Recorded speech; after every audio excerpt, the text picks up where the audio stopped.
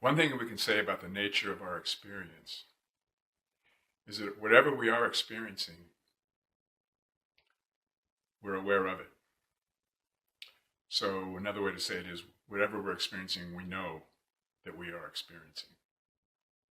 By knowing, we mean being aware of or witnessing,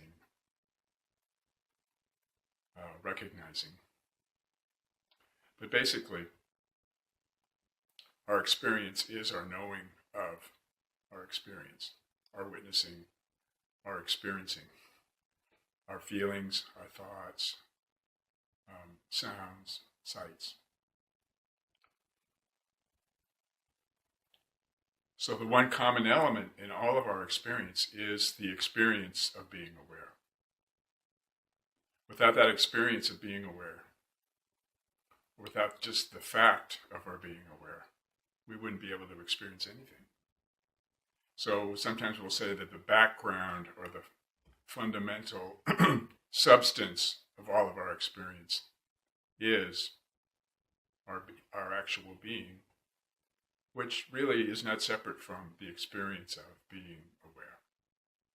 So being aware is always there. It's always been with us ever since we were little kids, through our adolescence, through our young adulthood, as we move into old age.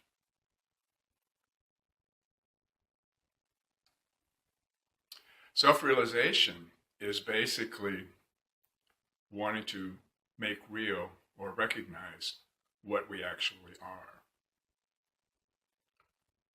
So we can say that since the experience of being aware is what we actually are made of,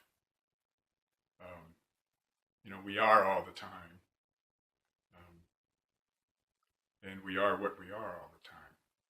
What we are without change, what we are changelessly, is that experience of being aware. And what we are changelessly, we are without doubt, without any doubt.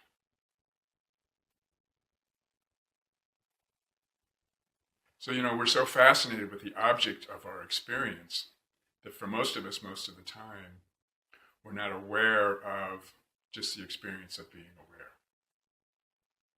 So to realize what we are in meditation or in self-inquiry, we need to be able to and willing to drop our fascination with the various objects of our experience and pay attention to that source of our experience, that which is always with us, that which doesn't change. And so we can't really, when we start out, we'll try to focus on the experience of being aware. We can't really look for it in the world of duality because it's the one experience that is not based on the subject-object duality.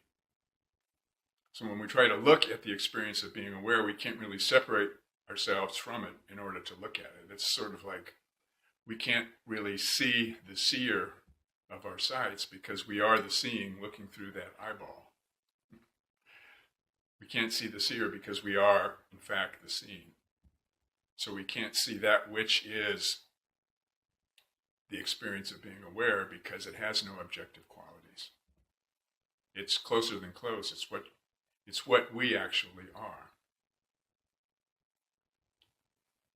And the experience of being aware is something that's always in the same condition, no matter what we're experiencing. So it intimately touches all of our experience, but at the same time is free of the confines, free of the limitations of whatever we are, whatever our particular experience is. And so I'm touched by that intimate touching. When we drop the fascination with the particular content of our experience and sort of relax our attention, allow our attention to relax back into itself, into the source of the experience of being aware, we can experience that intimate touching of awareness, the experience of being aware, touching all of our experience, but not being affected by it or changed by it, but totally accepting it. Totally accepting it as the very substance that our experience is made out of. So it's sort of like one way you could say that there's a current in the ocean. It's all water. The current in the ocean is made of water, but it's sort of like a strong movement or a movement of the water in a certain way. And our seeking, our trying to prop up our separate self, could be likened to that current in the ocean. We can't really find ourself, we can't find our true identity as water as long as we're thrashing around trying to look for it somewhere else, not realizing that we already are water. We already are made out of this experience, this substance of awareness.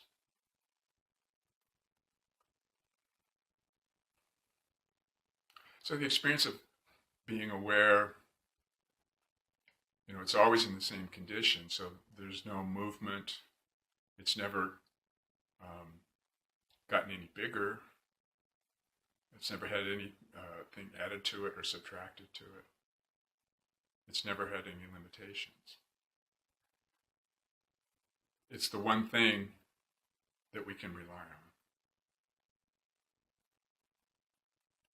that will always be there in the same unchanging condition.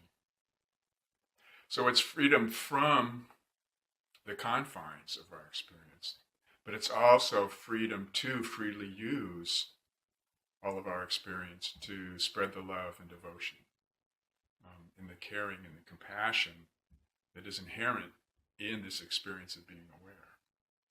Being free of the limitations, being free of the confines, being free of being defined by the particular nature of our experience, frees us.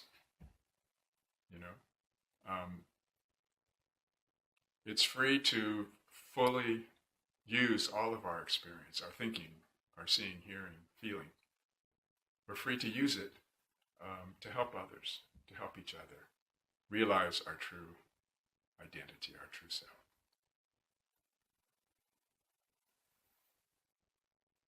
So inherently, it's peaceful and it's happy because it's not confined by any limitations. It's not confined by any particular experience. It's not confined or defined or located in any separate self.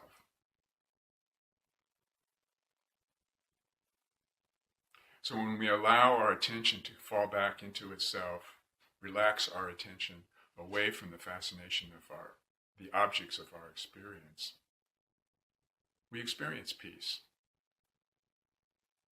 And in that state of mind, when we look for that entity that we call me, we can't find it. Or we find our thoughts, feelings, sights and sounds that we define through that idea of a separate self. But those ideas are just part of that flow of the experience. It's like the ocean current. It's the current of aliveness in us. It's undefinable. We're made of awareness just like the ocean is made of water, and the current in the ocean is made of water.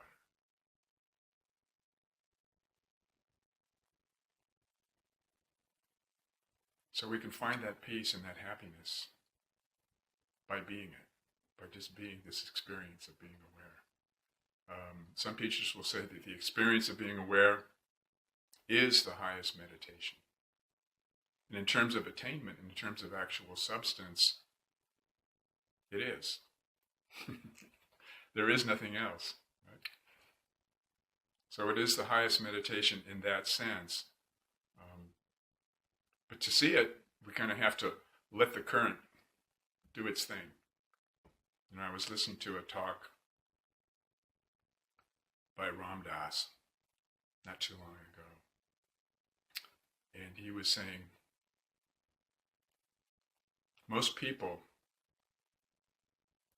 when you look at them thrashing around in their lives, in their anxiety and their seeking, and their insecurity and their sense of desperation, sense of intense drama, he says they sort of look like me puppets. It's like the energy from our true self is coming down, and there's these invisible strings, and they look kind of like, we're like me puppets. So one way of looking at that is like, it's not really a very flattering picture of ourselves. If that's what we are, we're just controlled by this deterministic energy, right? So if we're stuck on some idea of what we are, that's not a very flattering one. But really, I remember telling someone in an interview, it seems like we're ghosts, like the separate idea we have. We're like a ghost. And I think that person had a little bit of a negative reaction to that. So the other side of that, of being a ghost or being a me puppet, is at the same time we are this freedom, this energy, the energy of the ocean, the electricity of being. We are everything. The experience of being aware has no limits. So we're everything. We're all the joy of creation. And me puppets is just one little flashing expression we can use, and it can be humorous and it can be compassionate. Or even ghosts can be loving. So it doesn't really matter.